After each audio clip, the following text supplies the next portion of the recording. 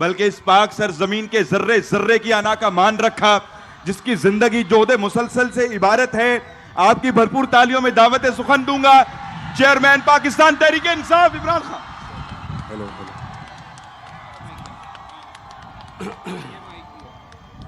ये ज्यादा है। बिस्मिल्लाहिर्रहमानिर्रहीम। इय्याका नअबुदु व इय्याका नस्तईन।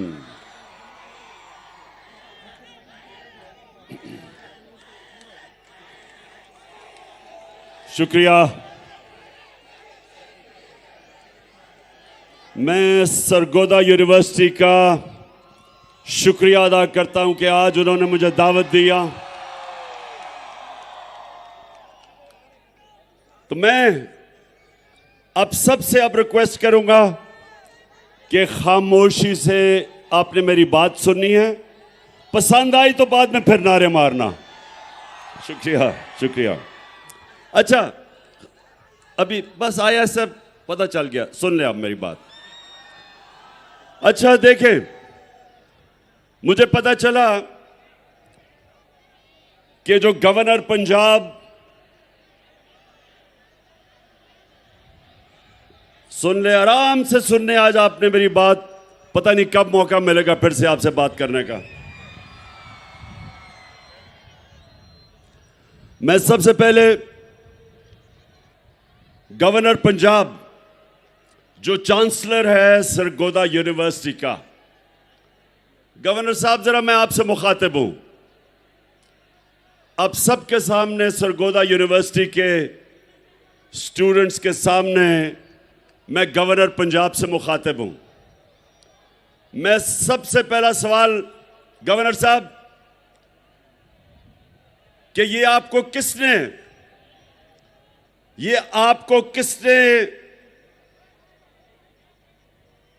इजाजत दी है कि आप पॉलिटिकल लीडर्स को यूनिवर्सिटी के स्टूडेंट्स के सामने उनको एड्रेस करने से रोके?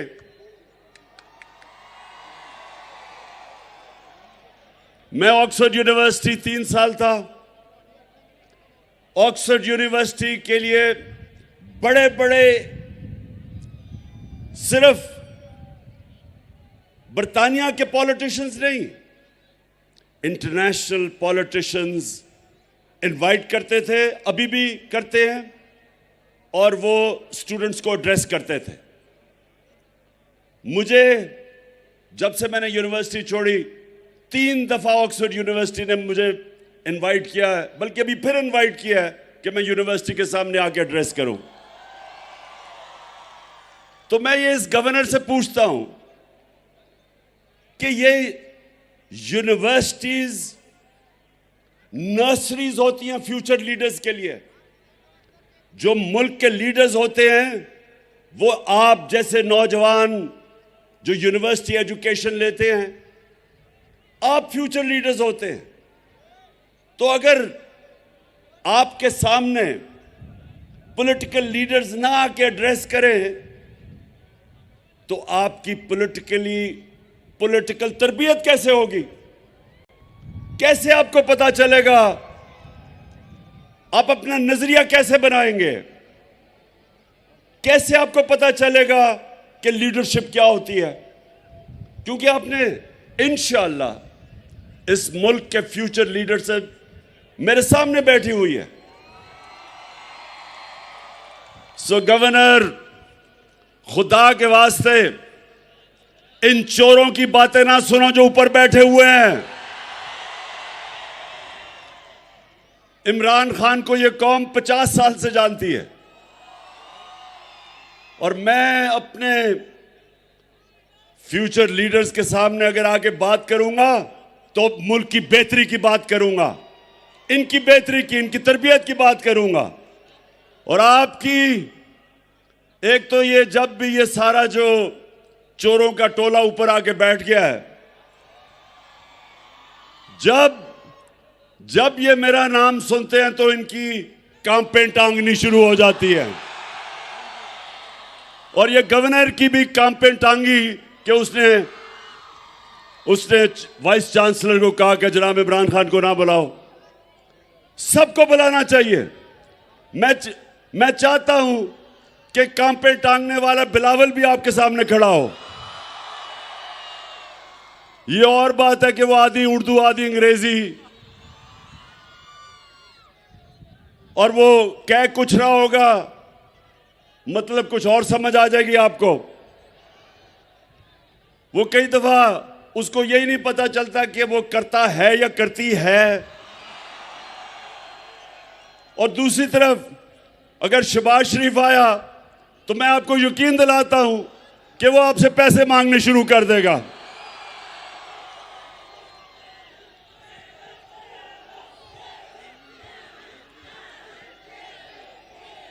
हाँ, और आप डीजल साहब को भी इनवाइट कर सकते हैं। यहां सबको आना चाहिए। डीजल बस सुन लो ना, मैं ये कह रहा हूं कि यूनिवर्सिटीज के अंदर सारे पॉलिटिकल लीडर्स को आके मौका मिलना चाहिए, अपना मौकफ रखे, क्योंकि आपकी ट्रेनिंग हो रही है। और इसलिए क्यों यूनिवर्सिटीज में मुल्क की फ्यूचर लीडरशिप यहां से जन्म लेती है। और दूसरी चीज, अच्छा जरा आपने देखें, आराम से आज आपने मेरी बात सुननी है, क्योंकि मुझे आपका जज्बा और जुनून मैं नोटिस कर रहा हूं, माशाल्लाह उबल रहा है। अच्छा अब सुनना है, देखें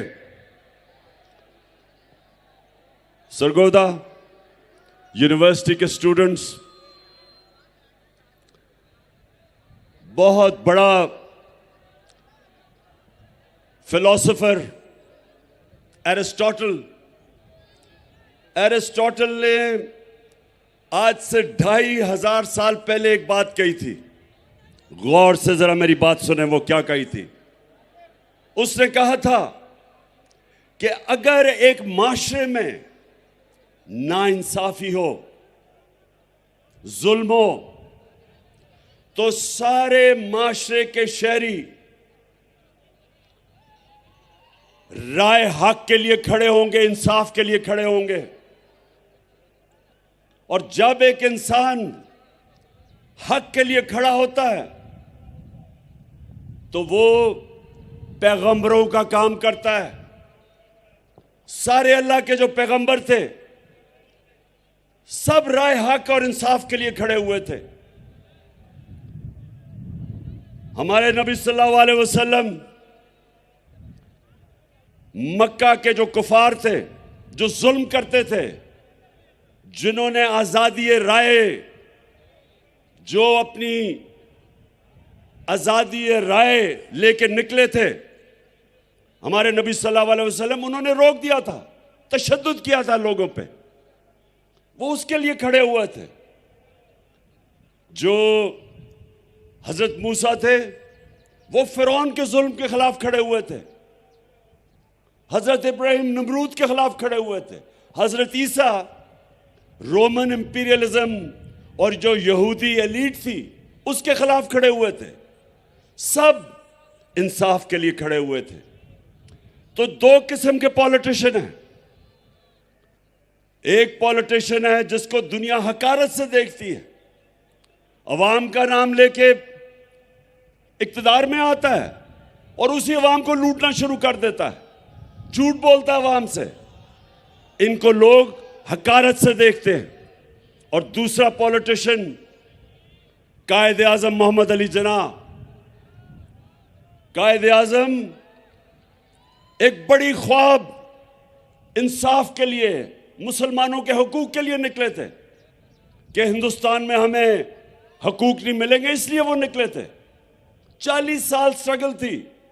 इसलिए आज हम सब कायदे आजम की इज्जत करते हैं कि उन्होंने अपने लिए सियासत नहीं की थी, हमारे लिए की थी। नेल्सन मंडेला, साउथ अफ्रीका में कोई सोच भी नहीं सकता था कि कभी भी खून के बगैर जो अफ्रीकन थे उनको आजादी मिलेगी, क्योंकि गोरों ने उनको पर कब्जा किया हुआ था। अपार्थाइड रिजीम थी, गोरे ऊपर बैठे थे, नीचे गुलाम थे। तो नेल्सन मंडेला 27 साल उसने स्ट्रगल की, 27 साल जेल में गुजारे, लेकिन अपने मौकफ से पीछे नहीं हटा। और जब तक साउथ अफ्रीका रहेगा, चाहे वो गोरा हो या काला हो, सब नेल्सन मंडेला की इज्जत करेंगे, क्योंकि उसने अपनी जात के लिए पॉलिटिक्स नहीं की। और हमारे नबी सल्लल्लाहु अलैहि वसल्लम, हम क्यों उनसे इतना प्यार करते हैं, हम क्यों इश्क करते हैं उनसे? क्योंकि उन्होंने हमें हकूक दिलवाए, उन्होंने हमें इंसान बनाया, उन्होंने मदीना में अदल और इंसाफ का निजाम लेके आए, इंसानों को आजाद कर दिया, उन्होंने मेरिट लेके आए, उन्होंने तालीम का बताया कि जब तुम इल्म हासिल करते हो तो ये इबादत में शामिल हो जाता है। उन्होंने वो लोग जिनकी कोई हैसियत नहीं थी, दुनिया की इमामत की उन्होंने। वो अरब जिनकी हैसियत नहीं थी, 2 सुपर पावर्स थी मशरिक और मगरिब में। ये दुनिया की तारीख का सबसे बड़ा इनकलाब था कि उन्होंने उनको उठा के लीडर्स बना दिया, हर सहाबी लीडर बन गया। तो मेरे जो आज जो नौजवान में आप सब मेरे सामने हैं, ये समझें कि हमारा मुल्क अब 2 तरफ है, फैसला कुन मोड़ के ऊपर खड़ा है। अगर इस वक्त जो मैं अपनी सारी कौम को कहता हूं कि आप आज हक और सच और इंसाफ के लिए नहीं खड़े होंगे, तो याद रखें, जब आप जुल्म का मुकाबला नहीं करते और जुल्म के बुत के सामने झुक जाते हैं, वो माशरा तबाह हो जाता है। हजरत अली का कौल है कि कुफर का निजाम चल जाएगा, लेकिन जुल्म और ना इंसाफी का निजाम नहीं चल सकता।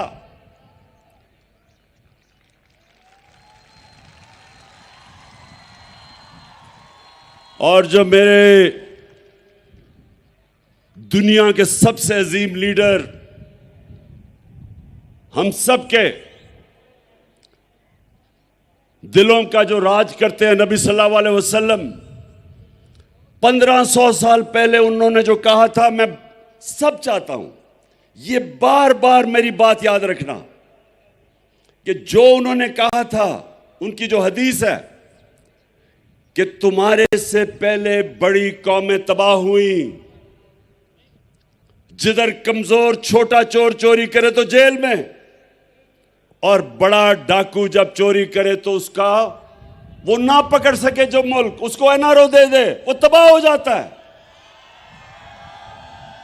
ये याद रखें कि आप आज अपने सामने मुल्क को तबाही की तरफ जाते देख रहे हैं, क्योंकि मेरे नबी ने कह दिया था कि जब आज जेलों में जाके देखें, सब गरीब लोग नजर आएंगे आपको। मुशर्रफ ने मुझे भी कोई चंद दिन जेल में रखा था, मुझे कोई बड़ा डाकू वहां जेल में नहीं नजर आया, सब छोटे गरीब लोग थे। और जब मैं असेंबली में गया तो बड़े बड़े नामवर डाकू मुझे पाकिस्तान की असेंबली में नजर आए। तो ये देखें,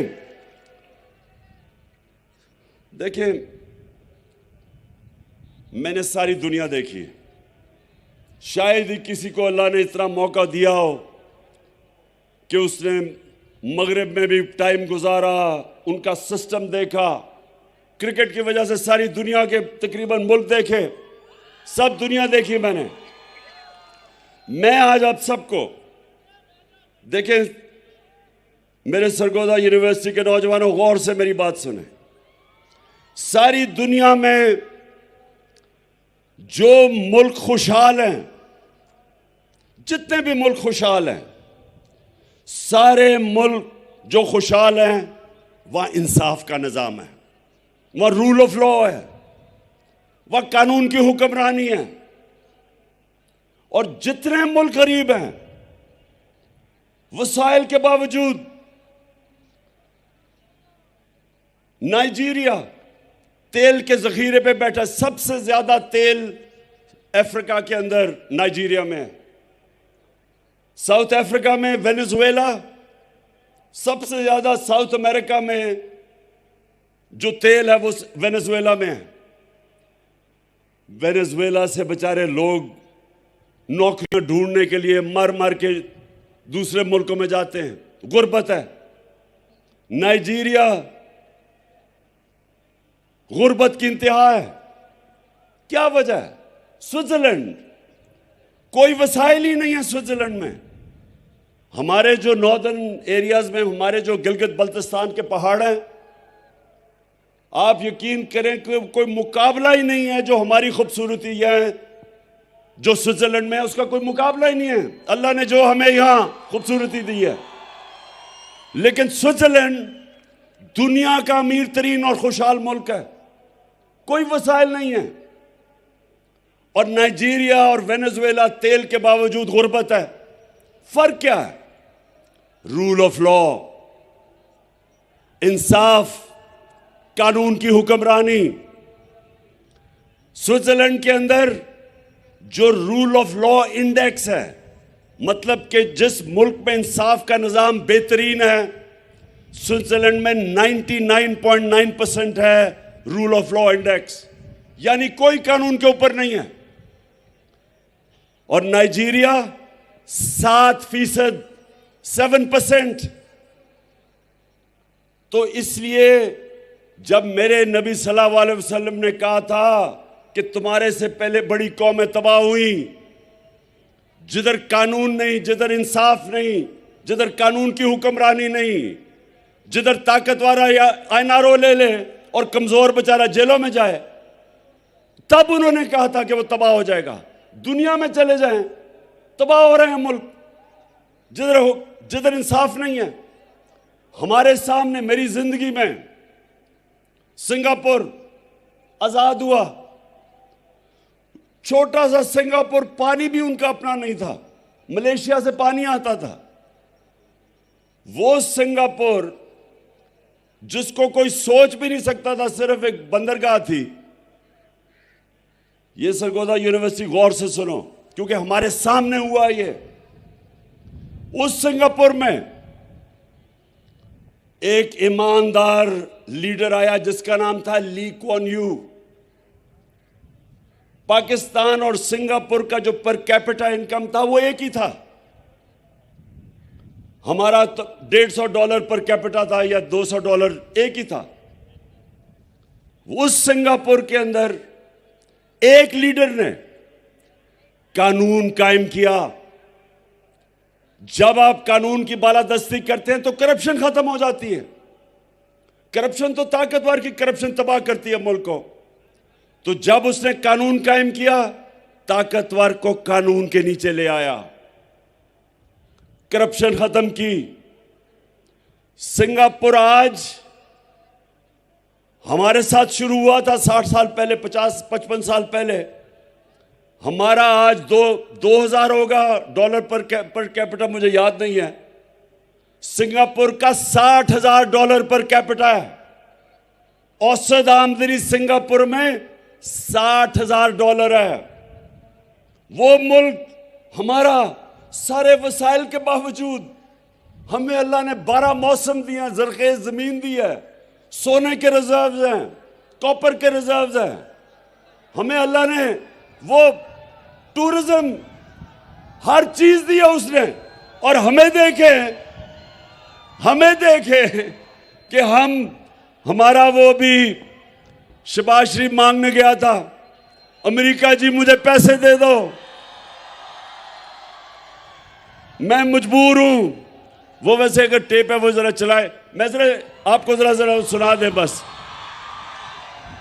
मैं इसलिए कह रहा हूं कि ये फर्क है। मैं सऊदी अरब से होके आया हूं, मैं यूएई के होके, अभी मैं तुर्की होके आया हूं। और मैंने उन भाइयों को कहा कि आप हमारे बड़े अजीम भाई हैं, हमेशा आपने हमारी मदद की। और मैंने यही कहा, जब मैं आया हूं तो आप समझेंगे शायद ये मांगने आया। मैं मांगने नहीं आया, लेकिन मजबूरी है। जिस तरह माजी में 75 साल में आपने हमारा हाथ उठाया है।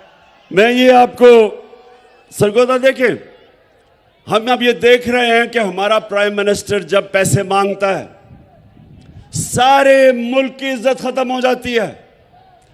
बाहर जब आप जाते हैं हरा पासपोर्ट लेके, दुनिया में जब जाते हैं तो आपको अलग लाइनों में खड़ा कर देते हैं, क्योंकि जो मुल्क दूसरे मुल्कों के सामने हाथ फैलाता है, जिस तरह जो आदमी दूसरे आदमी के सामने हाथ फैलाता है, इज्जत नहीं होती, कौमी गैरत खत्म हो जाती है।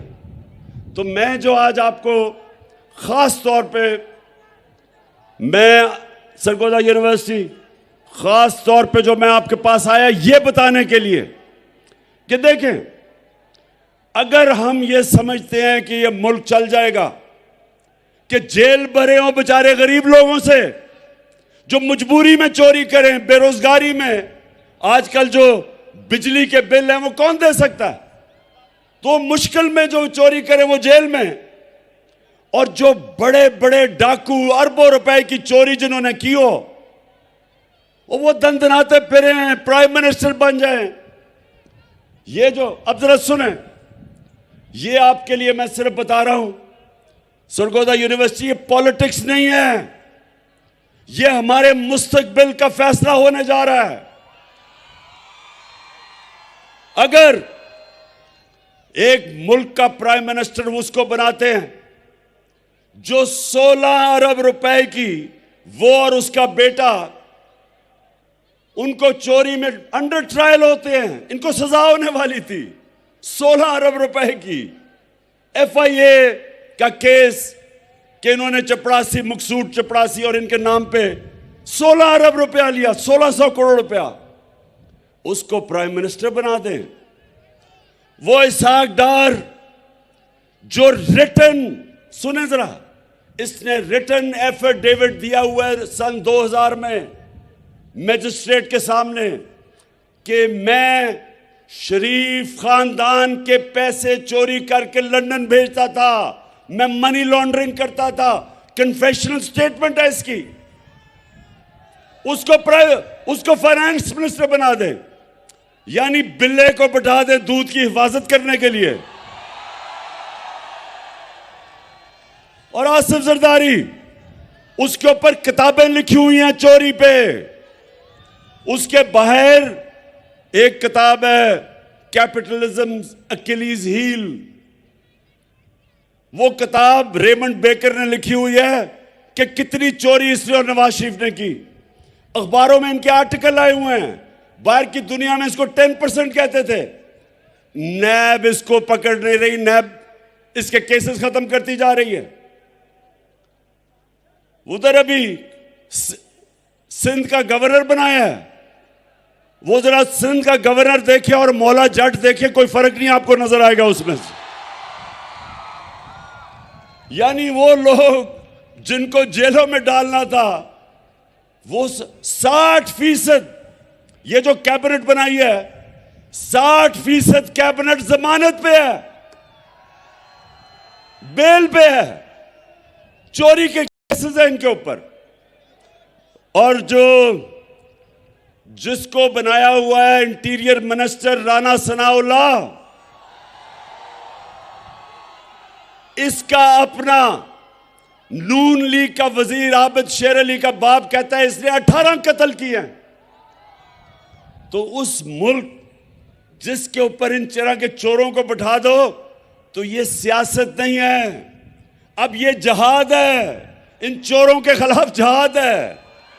और ये नौजवानों ये याद रखें कि एरिस्टोटल ने तो कहा था 2500 साल पहले, लेकिन अल्लाह ने कुरान में हमें हुक्म दिया है, अल्लाह ने हमें हुक्म दिया है अमर बिल मारूफ व नही अनिल मुनकर, कि अच्छाई के साथ खड़े हो और बुराई के खिलाफ खड़े हो। हुक्म है अल्लाह का कि जब आप देखते हैं कि माशरे में बुराई है, तो आप सबके ऊपर फर्ज है कि आप बुराई के खिलाफ खड़े हो और अच्छाई के साथ खड़े हो। अल्लाह ने आपको इजाजत नहीं दी न्यूट्रल होने की, या जब आप देखते हैं, ये सुन लें मेरी बात, कौमें माशी तबाही कभी पहले नहीं आती, पहले एक कौम इखलाकी तौर पे मरती है, फिर माशी तौर पे मरती है। मौलाना रूमी से किसी ने पूछा कि मौलाना साहब एक कौम कैसे मरती है? मौलाना रूमी ने कहा कि वो कौम जब अच्छे और बुरे के बीच में तमीज करनी खत्म करती है, मर जाती है। इखलाकी तौर पे जब कौम मरती है तब कौम खत्म होती है। जर्मनी और जापान दूसरी जंग अजीम में तबाह हो गए थे। एक बिल्डिंग नहीं खड़ी थी उधर। जापान के ऊपर 2 एटम बम गिरे थे, 10-10 साल में खड़े हो गए। 10-10 साल में दोनों कौमें खड़ी हो गई, क्योंकि आप बिल्डिंग्स को तो बम मार के गिरा सकते हैं, लेकिन इखलाकियात को बम मार के नहीं मार सकते। इसलिए अल्लाह का हुक्म है अमर बिल मारूफ, और दूसरा उसने जिहाद हमारे पे फर्ज किया है। अल्लाह ने कहा है कि नाइंसाफी के सामने खड़े हो, जुल्म का मुकाबला करो, ये उसका हुक्म है। तो जो मैं आज सारी अपनी कौम को तैयार कर रहा हूं, इंशाअल्लाह चंद दिनों में मैं अपनी मार्च अनाउंस करने लगा हूं।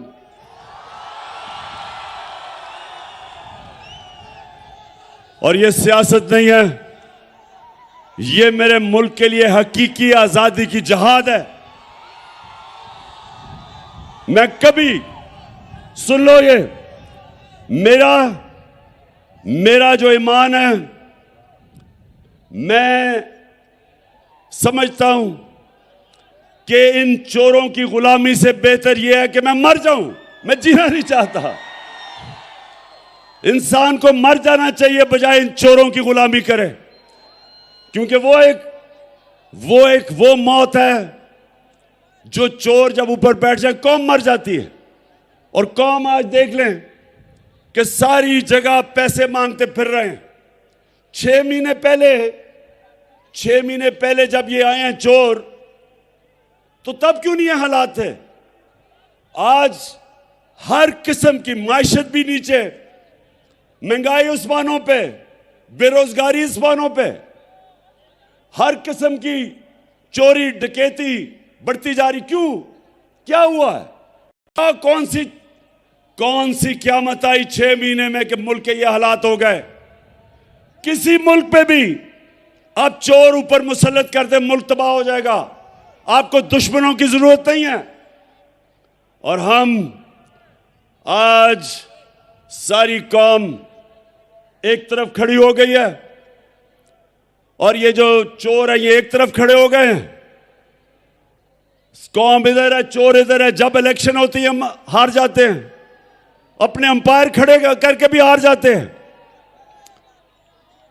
और मेरा ये चैलेंज है,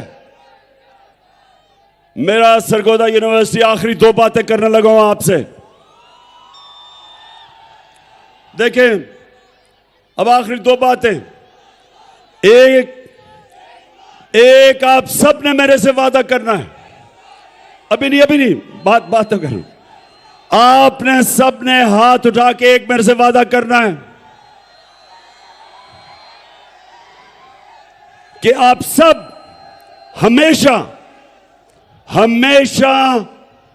जुल्म और नाइंसाफी के सामने जिहाद करेंगे, झुकेंगे नहीं।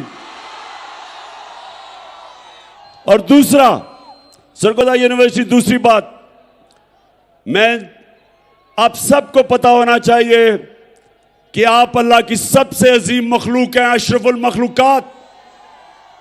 अल्लाह ने हम सब के अंदर सलाहियत दी है। अल्लाह ने हमें सब में सलाहियत दी है कि हम जो चाहें हम बन सकते हैं। हम सब में सलाहियत है। ये याद रखना कि इंसान हर काम कर सकता है, सिर्फ एक शर्त है कि जब वो किसी ख्वाब के पीछे जा रहा हो, जब वो अपनी ख्वाब के पीछे जा रहा हो, एक शर्त है कि जब बुरा वक्त आता है आपने हार नहीं माननी, क्योंकि इंसान हारता तब है जब वो हार मान जाता है। सब जो मैंने क्रिकेट में एक सबक सीखा था, सबसे बड़ा सबक मैंने ये सीखा था कि आखिरी गेंद तक मुकाबला करता है वो चैंपियन होता है। तो आपके सामने वो आदमी खड़ा है जिसको कभी हार हरा नहीं सकती। मैं ये पीडीएम के चोरों को मैं आज मैसेज देना चाहता हूं, क्योंकि मैं इनको पॉलिटिशियन नहीं कहता, मैं इनको चोर कहता हूं। क्योंकि अल्लाह का हुक्म है कि अमर बिल मारूफ, सच को सच कहो, हक को हक कहो, अच्छाई को अच्छाई कहो, बुराई को बुराई कहो। ये वो लोग हैं जो लूटते हैं मुल्क को 30 सालों से। मैं इनको पॉलिटिशियन नहीं कहता, मैं इनको चोर कहता हूं। तो इंशाअल्लाह आपका सरगोदा यूनिवर्सिटी, आपका कैप्टन अब इनका मुकाबला करेगा और आप सब ने मेरे साथ टीम बना पाकिस्तान जिंदाबाद। अच्छा, और एक वाइस चांसलर साहब, वो जो गवर्नर बैठा हुआ है, ये नून लीग का गवर्नर, उसको प्लीज मैसेज दे दें कि सरगोदा यूनिवर्सिटी में हर पॉलिटिकल लीडर को यहां बुलाएं और आपके सामने खड़ा करें। और मैं आपको आज यकीन से कहता हूं कि इनमें से एक भी नहीं आएगा, क्योंकि आप सबको देख के अभी से ही उनकी कांपे टांगनी शुरू हो गई है। बहुत शुक्रिया जी आज की